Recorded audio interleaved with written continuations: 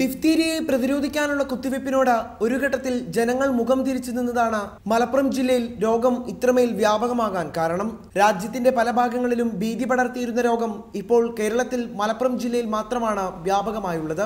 2016 ഏറ്റവും കൂടുതൽ പേർക്ക് രോഗമുള്ളതായി സ്ഥിരീകരിച്ചത്.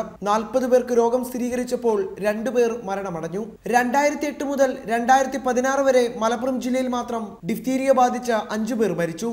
ഒരു വിഭാഗം ജനങ്ങൾ പ്രതിരോധ കുത്തിവയ്പ്പിനോട് മുഖം തിരിഞ്ഞു നിൽക്കുന്നതാണ് ആരോഗ്യവകുപ്പിനെ ഇപ്പോഴും പ്രതിസന്ധിയിലാക്കുന്നത്. എനിക്ക് തോന്നുന്നു അവരാകെ ഒരു കൺഫ്യൂഷനിലാണ്. കാരണം ഈ വാട്സപ്പ് മെസ്സേജുകൾ എടുക്കാൻ പാടില്ല എന്നും കുട്ടികൾക്ക് എന്താ പറയുക, കുട്ടികൾക്ക് പിന്നെ ഇൻഫെർട്ടിലിറ്റി വരുന്നു, സ്റ്റെറിലിറ്റി വരും എന്നൊക്കെ പറഞ്ഞിട്ടുള്ള അങ്ങനത്തെ കുറേ മെസ്സേജുകളുണ്ട്.